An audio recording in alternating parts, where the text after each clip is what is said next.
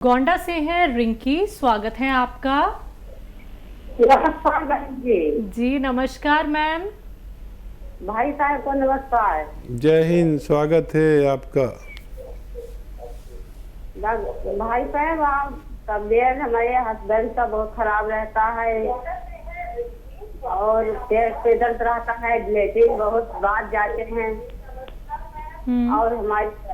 और हमारे बच्चे नहीं है, इनका कोई दवा बता दीजिए डॉक्टर साहब। कितनी उम्र है आप लोगों की? उम्र डॉक्टर साहब आपका आप अपना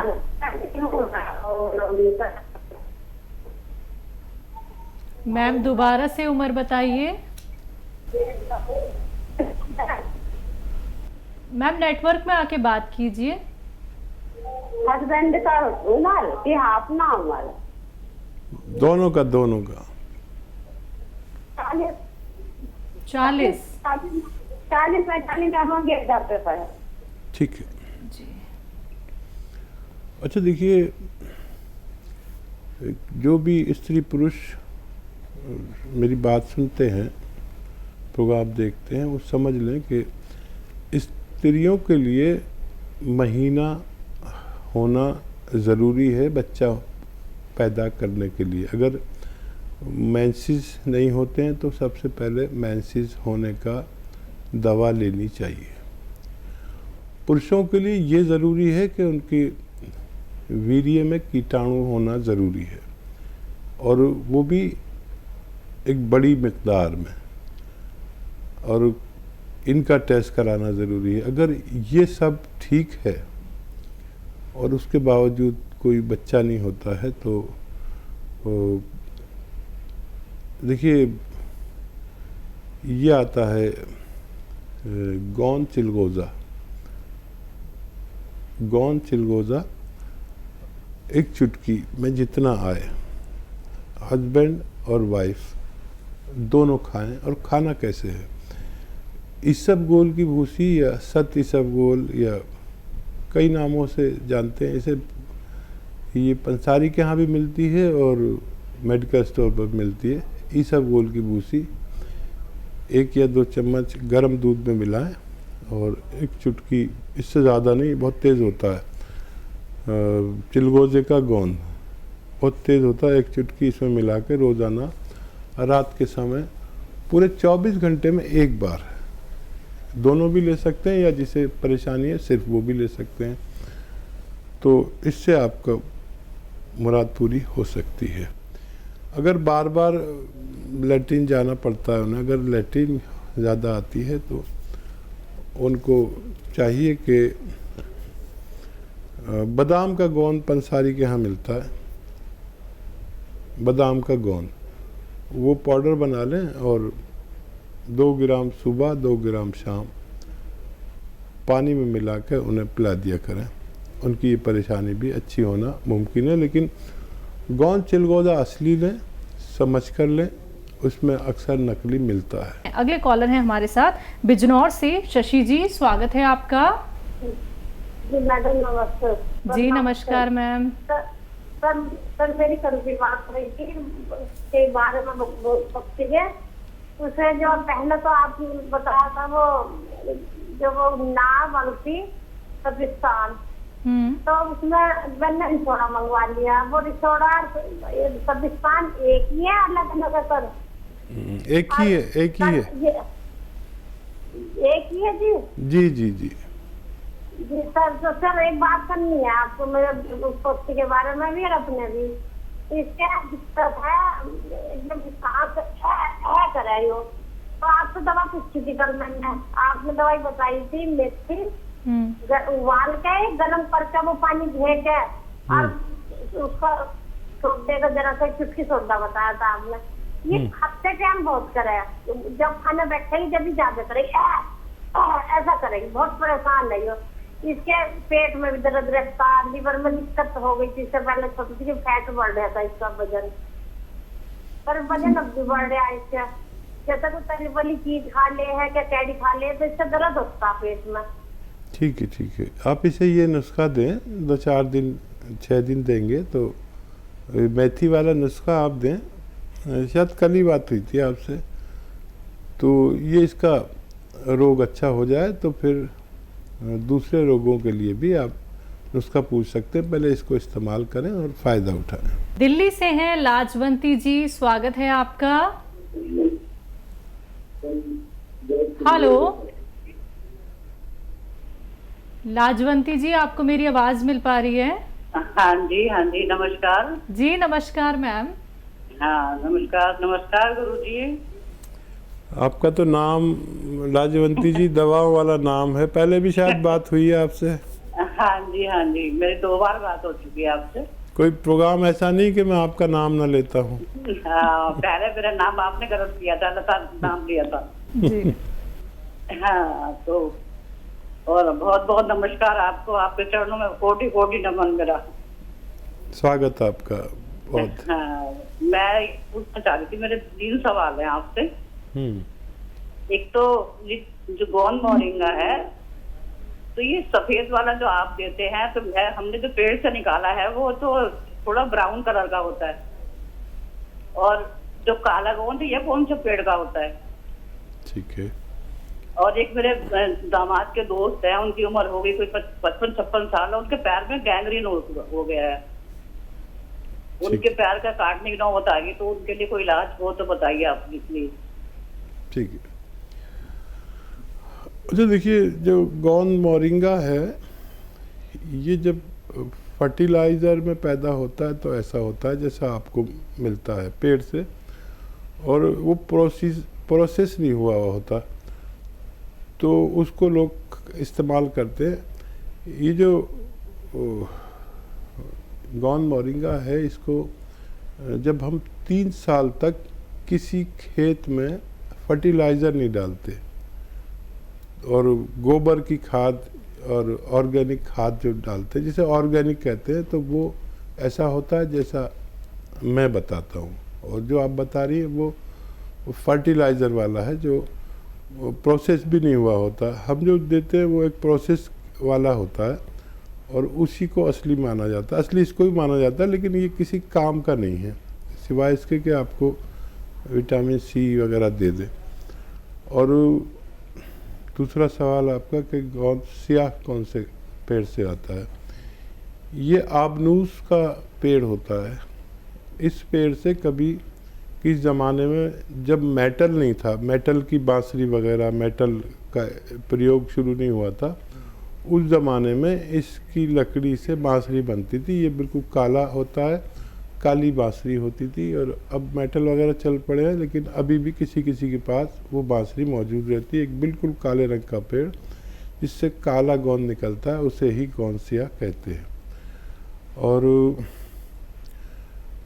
एक कोशिश कर सकते हैं, वादा कुछ नहीं, उनको डॉक्टरों की दवाओं के साथ आप अलसी को हल्का सा भून लें और 1 चम्मच अलसी खिलाएं मरीज़ को, और 1 चुटकी नमक ज़ैतून, 1 चुटकी खाने का सोडा 2 गिलास पानी में मिलाकर 1 चम्मच अलसी दें।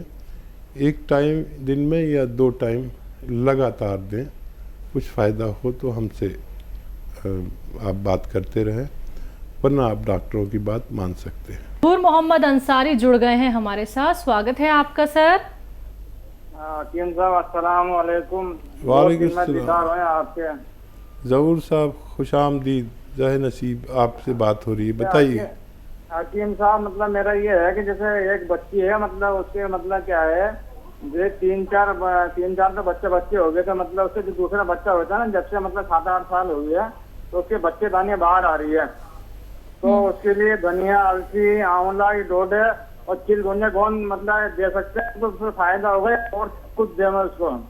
और दूसरा सवाल ये है हकीम साहब, मतलब मैंने मतलब सब जगह ट्राई कर लिया, कोई ना लहसुन का जूस ना अदरक का जूस, कोई भी निकाल के नहीं दे रहा। मतलब 4-5 पेशेंट है, उनको देना है, तो उसके लिए कुछ बता दो भाई, कैसे निकलेगा कैसे नहीं निकले। और दूसरी बात, अगर वो दयावती जी से अगर बात हो जाती तो वो नुस्खे भी वो भी बता देती भाई कैसे निकला कैसे नहीं निकला। ठीक, ये 2 सवाल है हकीम साहब जी। अच्छा देखिए, वो जो नुस्खा आप उन्हें दे रहे हैं उसमें विशेष ख्याल ये रखिए कि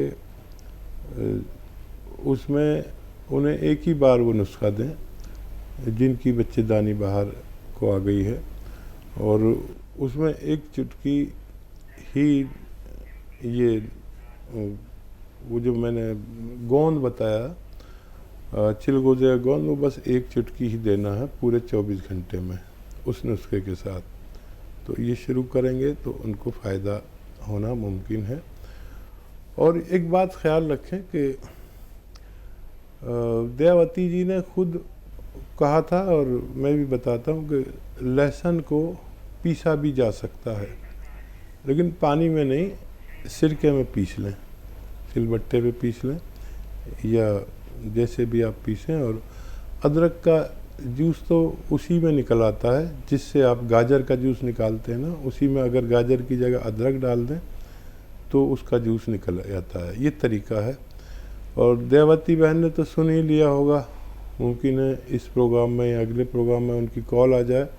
वो लोगों को बहुत फ़ायदा कर रही है। और ये मशीनें आती हैं, कोई निकाल के नहीं देगा, मशीनें आती हैं जो प्रोफेशनल यूज़ के लिए होटल वाले यूज़ करते हैं, तो उसको आप लेंगे तो ये सब बहुत आसान है। पहले मैं भी परेशान रहता था कैसे निकालें, फिर वो मशीन मिली, फिर तो हमने प्लांट लगा लिया। तो इस तरह से आप इस्तेमाल करा सकते हैं। लखन लाल जी हैं एमपी से, स्वागत है आपका। हेलो जी सर। सर मैं सेरोसिस के बारे में पूछना चाहता हूँ। सोराइसिस। हाँ ठीक है जी। देखिए, एक ऐसा रोग जो देखने में ऐसा लगता है जैसे माता निकल आई, चेचक माता कहते हैं ना, जगह जगह दाने दाने दाने। वो माता तो 2-4-6 दिन में ठीक हो जाती है, 10 दिन में।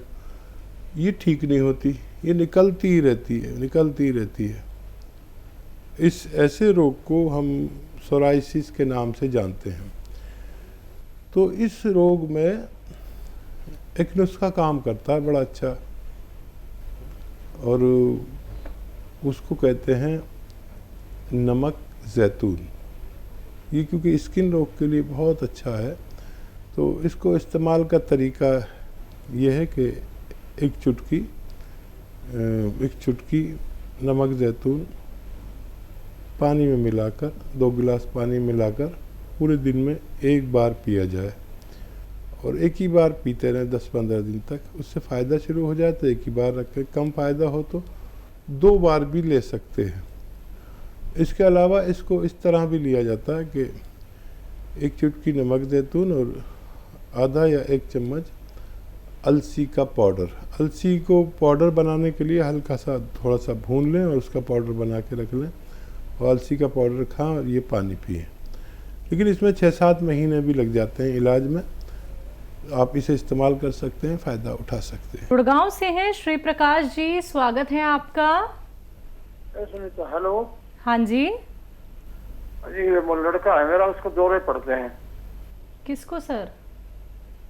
मेरा लड़का है राहुल, उसको दौरे पड़ते हैं। आपकी बात हुई थी ना सर? कितनी आयु है उनकी? उनकी 25 साल उम्र है जी। 25। ठीक है, उनकी ज़्यादा थी, ये कोई और मरीज़ हैं। तो देखिए, दौरों के लिए सबसे अच्छा इलाज एलोपैथ में माना जाता है। मैं भी इस बात को तस्लीम करता हूँ। अगर आप को उससे भी फ़ायदा नहीं हो रहा है तो एक दवा उसकी मददगार दवा के तौर पर आप ले सकते हैं। और वो कैसे बनानी है आप देख लें कि धनिया, आंवला, धनिया का दाना जैसे होता है, और आंवला सूखा हुआ, और सौंफ ले लें।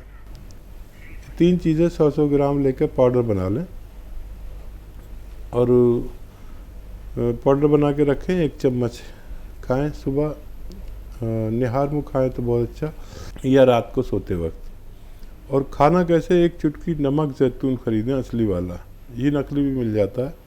2 गिलास पानी में 1 चुटकी नमक जैतून मिलाकर इसको पी लिया करें। एक बार रोज़ाना ज़रूर दिया करें।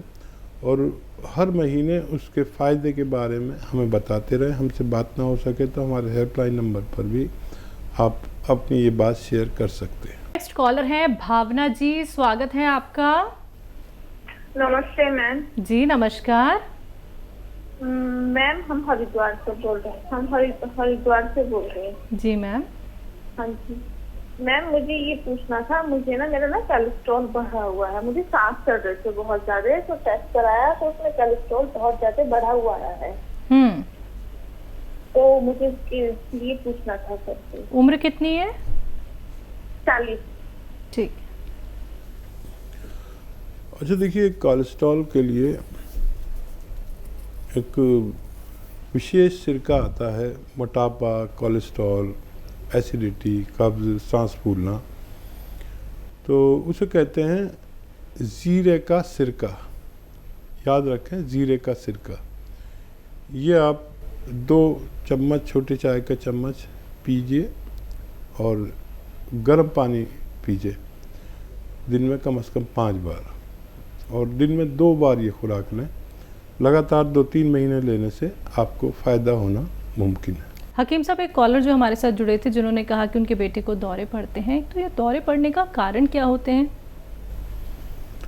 हाँ, दिमाग का एक हिस्सा है जो ज़रूरत से ज़्यादा सख्त या ज़रूरत से ज़्यादा नरम हो जाता है मेरे अनुभव के हिसाब से, और उसकी वजह से ऐसा होता है।